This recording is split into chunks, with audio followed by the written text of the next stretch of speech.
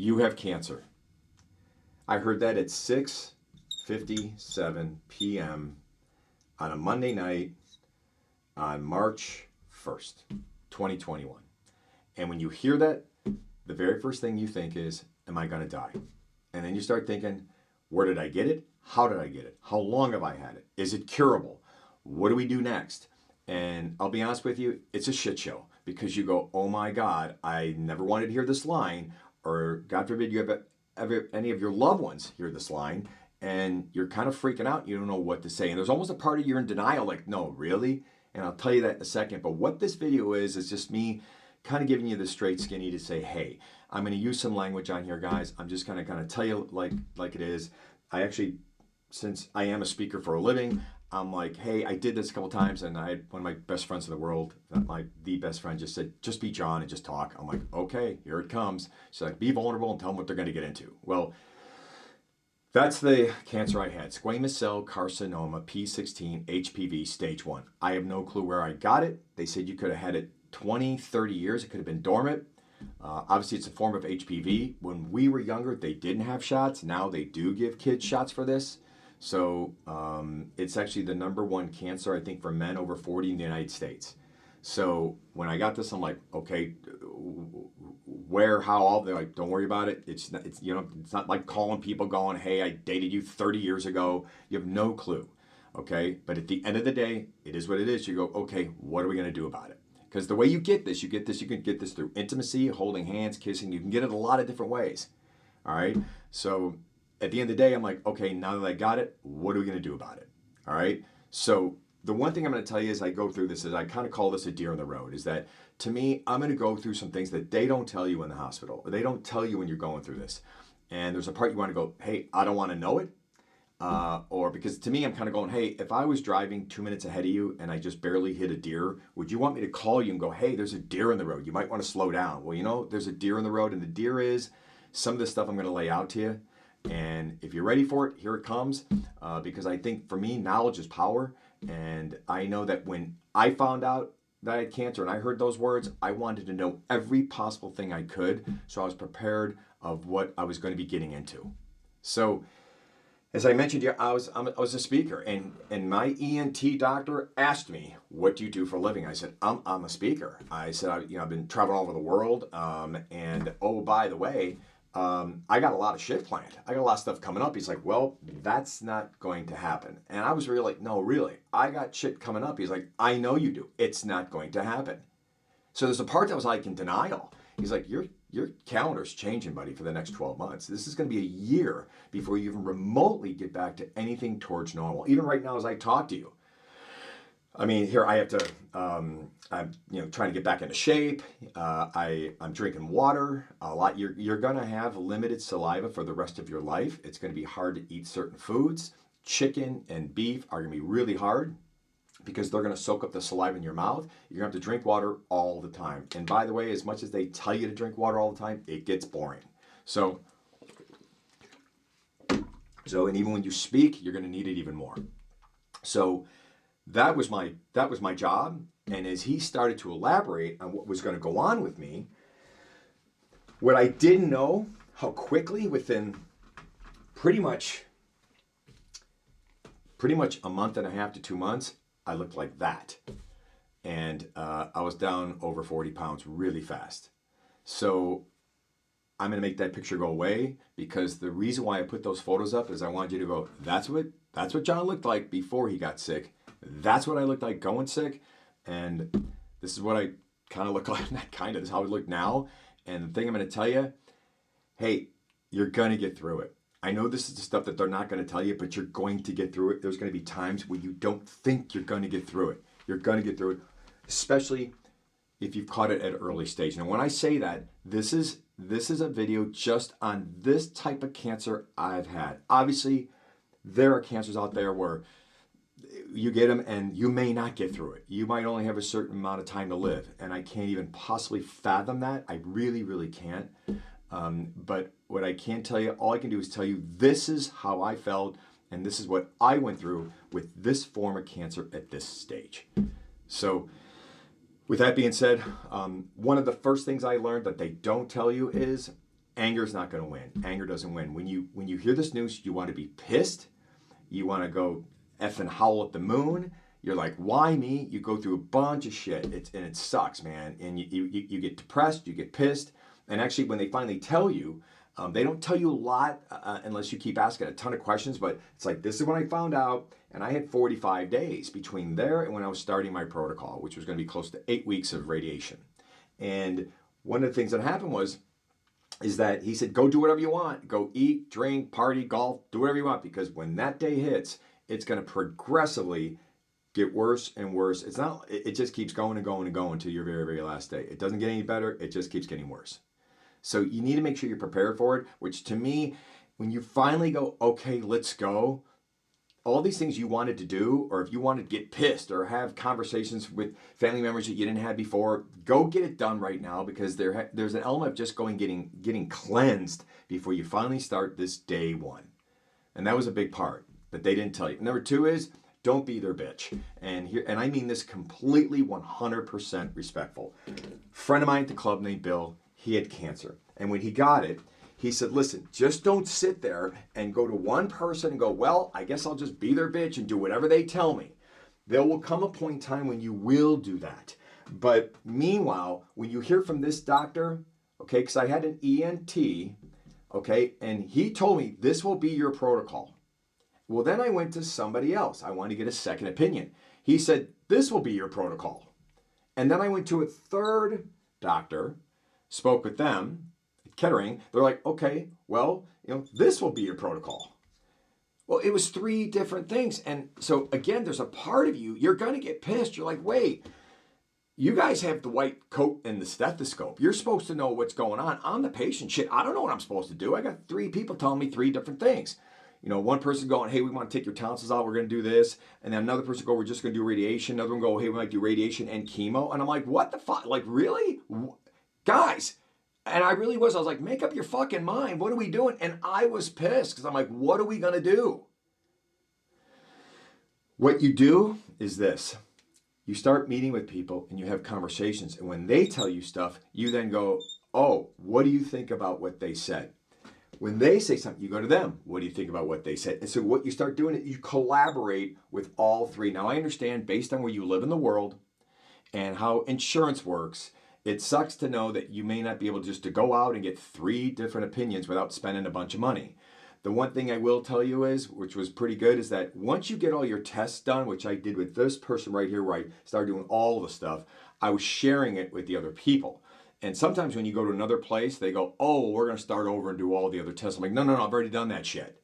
And that's probably a little bit of, hey, I know you guys got a process, but I'm not going to be your bitch. I will send, like the people in New York, I'm like, I'm sending it all to you. I'm not flying to New York and redoing this whole thing over because you got it right in front of you. Okay? And call that good or bad. I'm just like, no, I just want to get people's opinions based on the tests and the PET scans, the full body scans and all of it. Tell me what your thoughts are. And if it's dramatically different, then I'm getting on a plane and we can do it again. But that's the part about me, but don't sit there and quote, be their bitch and go, whatever, see one person and just go wave the white flag. Don't do that. If you have the resources to not do it, because it's empowering and it gives you information to where finally I chose those people right there. And it was the University of North Carolina Cancer Center, and they were unbelievable. They're amazing. They saved my life. They're so positive. They're amazing, amazing people. So regardless of who you choose, because there's Anderson and Kettering, there's amazing organizations around the country and around the world. I just highly suggest you at least get more than one opinion so you, to some extent, can make an educated decision of who you feel most comfortable with. Okay? The next one, all right? The next one is, what's the next one? It's going to be hard to not be selfless. Now, here's what I mean by that. When I first started going through this and getting sick, my family, my brothers, my sisters, they wanted to help out. I kept going, no, I'm good. Like, no, I'm good. No, I'm good. And what I thought I was being selfless by telling them, no, you don't need to help me. And what happened was, it really hit me that I wasn't allowing my family in. I mean, think about it. They were actually pissed that I wasn't helping them. But here I was going, wait, you got your own life. You don't need to be putting up with this bullshit. I'll get through it. Because I felt that I was, I was being a pain in the ass to them. Like, no, I don't, you don't deserve this. And what I realized was the quicker that I did this and let them in, the happier they got, because they now got to love me. And it sounded weird, but I'm like, oh, I figured it out. They're happier that I'm letting them love me and help me and take care of me, which, by the way, I needed it, man, after about 4 or 5 weeks, really bad. And when I saw that, I felt happier. So at the end of the day, you're going to want to be selfless, and it's really not selfless, it's selfish if you're not letting people help you and love you. Number 2, your ego is going to take a big shot here. This is another thing they don't tell you. You are going to be shot. Week 1, and the reason I put this up here is week 1, I remember I went Monday, Tuesday, Wednesday, Thursday, Friday, and I'm telling my doctor, and he sees me on Friday, and this is obviously my oncologist. I'm like, all right, my throat hurts a little bit. I had some licorice. It tasted kind of weird, but come on, really? Is this really going to be that bad? I mean, that's what I was thinking that week 1. And he was looking at me and goes, John, it's not a matter of if, it's when. And it's going to hit you next week. Well, man, no shit. Week 2, kaboom. Actually, I couldn't believe I stopped on Friday. It got worse by Monday because your body's just taking radiation every single day. And what you'll learn is that even when you get done with all your radiation, the next 2 to 3 weeks are the worst because the radiation's at the highest level in your body. So with this, over the weekend, it got worse. Well, then by Wednesday, now, oh my God, I'm having a hard time swallowing, getting hard to speak. My saliva is now getting a thing called mucositis where you now start spitting. You're walking around with red Solo Dixie cups everywhere, which, by the way, a little tip, you're going to fill these things up and you'll be laying there at night, won't be able to sleep because it drains all night and it's draining on your pillow. You got to put a towel down, but most people get mucositis. It's just a never ending flow of mucus. It never stops. And I'll tell you, one of the worst things is when you knock over one of these cups, it's really hard to clean up because I know it sounds gross, but mucus, it really sucks when there's a large amount of mucus on your carpeting. Man, I highly suggest get on a wood floor or put something down next to your bed. Just put some towels down. Just keep them there for the entire time because you will knock this off one night. It's going to happen. So, and it's a pain in the ass to clean up. So you won't be able to sleep. They're going to give you pain meds. Take them. Take them. Don't do the ego like, no, I don't need meds. Man, they really help. I then start getting depressed. I'm like, hey, I'm depressed. And they're like, you should be depressed. So they even put me on an antidepressant just to help you get through it. Your life is going to go through a drastic change. It really, really is. To give you an idea, this is every day I would stand on a scale and I would do my weight. Well, this was the weight what I was like, when I was doing this for a couple of years, and then I lost some weight, brought it back, and then right there you could see it drops like a rock. And that's what happened on April 26th. I was 241 right there, and kind of towards the middle part right there. I was 241, and on May 26th, 30 days later, I was 208. I lost 33 pounds. I lost more than a pound a day, and it was getting pretty bad. And they said we gotta take some second measures here because you're dehydrated. Which, by the way, that's another thing I'm going to tell you, man. You guys, when they offer you an IV of saline solution, take it. When you do the IV solution, you walk out of there feeling like you could fly. You are so dehydrated. Even though you're trying to drink fluids, I'm now to the point where drinking water hurts. Everything sucks. I mean, everything tastes terrible. I mean, not like COVID, you don't have a taste. It tastes terrible. It's like roadkill that got ran over and sat in the sun for a day. Everything tastes shitty. You can't even fathom how shitty everything tastes. You end up going to the store and you go down every damn aisle trying to find something where you take it home. You're like, all right, well, that doesn't suck that bad. I mean, lemonade, cranberry juice, warm tea, crackers. I mean, well, crackers are stupid because they just soak things up. I mean, you're trying everything. Ice cream, chocolate sucks. Right now, this has been done. Chocolate still doesn't taste that great. You will have things that would just change the way it tastes for the rest of your life. And you just have to go, it is what it is. I'm alive, I'm here, but those are some of the things that are going to happen to you. I kind of leveled out in August in terms of 195 pounds. So it's a total of 46 pounds. Here's another thing I want to tell you. When you lose weight, okay, and I think I have a picture of this. When you lose weight, you can see over there, I don't know if you can see clearly, but probably not that dark picture here, but your neck, what happens is first off, you lose it so fast. So obviously your neck looks like lizard skin and it's all burnt up over here. So it's really burnt. It really hurts. You're putting stuff on it all the time. This looks like leather skin. They finally had to put a feeding tube in because I lost so much weight. They're like, we just don't want you to even like go into shock. Like you got to get some fluids in you, and you're not even drinking water.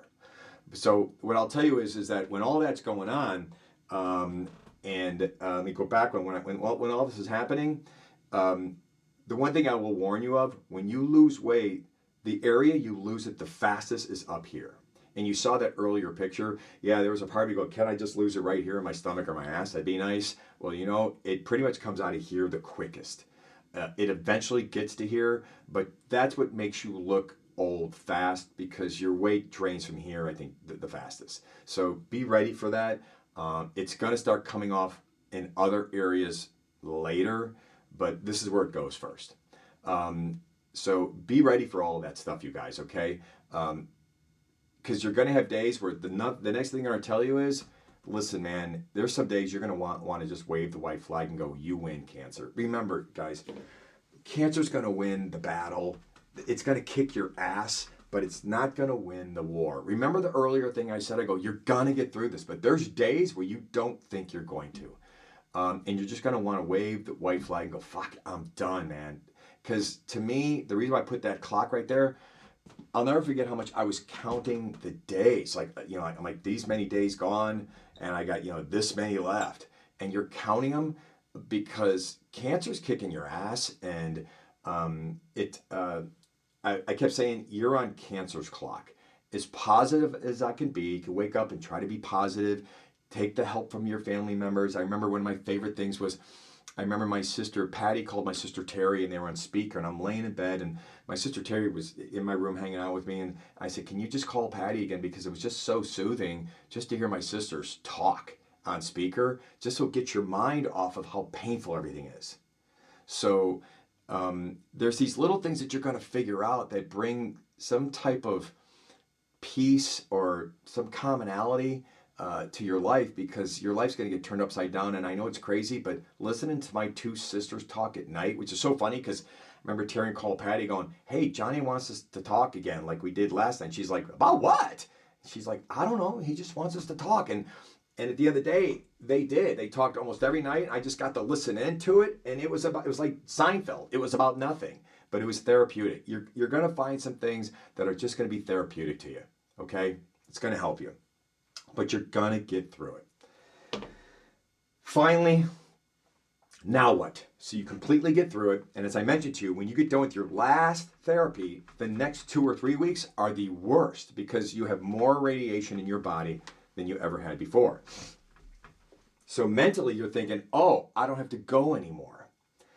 I should just start getting better tomorrow. It's not how it works. You get worse for the next couple of weeks until you start to get better. So when all this happened and you start to get a little bit better, this is what's crazy about this, is that you now start seeing the world completely different. That's why it's kind of like, hey, I see the world through rose-colored glasses, or in this case, yellow. Listen, let me net this out and just be really transparent with you, okay? The average person lives to be 29,565 days. That's 81, right? Today I counted it. There's 21,000. Today I'm at 21,798. That's today. I got 7,000 left. Okay.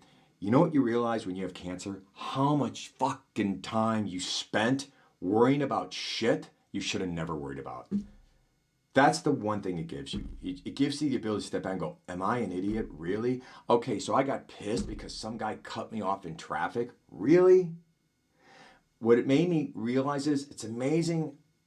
People waste your time if you let them. And it's amazing to me of how much I let stupid shit bother me and how much time I let people who waste mine just because I was being a nice guy. Not that I'm not nice. I think I'm nicer now. I'm just better at saying no. Why? Because I only got that much time left. I don't want to waste it. And I'm so grateful that I'm here. I mean, shit, man. I'm here. I'm doing a video. I'm alive. That's huge. And I got 27% of my life left if I make it to 81. So those were the big things. I'm like, damn, I just don't care about shit anymore that's not important. And it's a good thing. Somebody asked me, do you think cancer's a blessing? I will never say cancer's a blessing, like so glad I got it. But man, sometimes it's hard not to say I'm glad I got it. Why? I think I wasn't a good friend a lot of times, too full of myself, probably wasn't a good family member.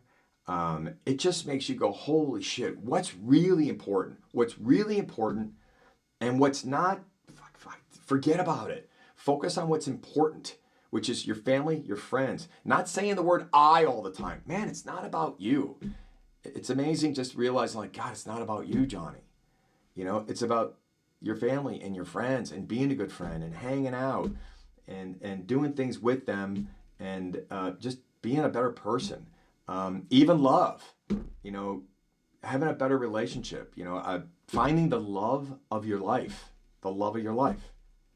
I feel that once you get through cancer, if you really do appreciate your life more, then there's an element that where you almost feel that you have more to give somebody now because you realize life is so precious. And I think you appreciating life and appreciating yourself is a really good thing. And you have something better to give the people who love you than what they saw before. And so that's kind of my message. I'll do a quick summary, but what I'll tell you, it's a life-changing event. I did finally go speak for like an hour in Atlanta, and I said on stage, I didn't plan it, it just came out. I said, hey, I don't wish anybody you get cancer, but what I do wish, I wish you would learn, I wish I could teach you some of the things that I learned through it, because I know it's made me a better person. I know it has. So this was John just being John, not Speaker John, just like, fuck it, this is just me. And just to let you know, these are the 5 things. You know, anger's not going to win. Get it out of your system and get cleansed before you start. Number 2, don't be their bitch. Go do your homework. Go do your homework. You're smart. Go do the work. Go talk to multiple doctors. Just don't lie back and go, okay, whatever you want. That's my belief. You can do that road. I'm just saying that helped me. Number 3, it's going to be hard not to be selfless. Ask for help from it. You don't ask it. They're going to want to give it to you. Receive it. Be receiving because it's going to make them happier. Number 4, some days you're going to lose. Remember, it's okay to wave the white flag and go, you win today. You know, cancer, you're going to win the battle, but you're not losing the war, because I'm going to kick your ass in about 4 or 5 months and I'm going to be back. And that's what you got to keep thinking. But it's okay to let cancer win that day. And finally, was it a blessing? Again, I don't think I could ever say cancer was a blessing, but because, you know, obviously I'll be drinking water for the rest of my life. I'll be on toothpaste with higher fluoride. You know, one positive, I'll never have to shave here again. You just have to kind of focus on the positive, not the negative. And to me, doing that and being so conscious of doing it, I do believe I'm a happier and better person, and I'm more appreciative of all the things I have. And that's going to happen to you, and I think it's a good thing. So I wish you the absolute best, and hey man, you're going to get through it.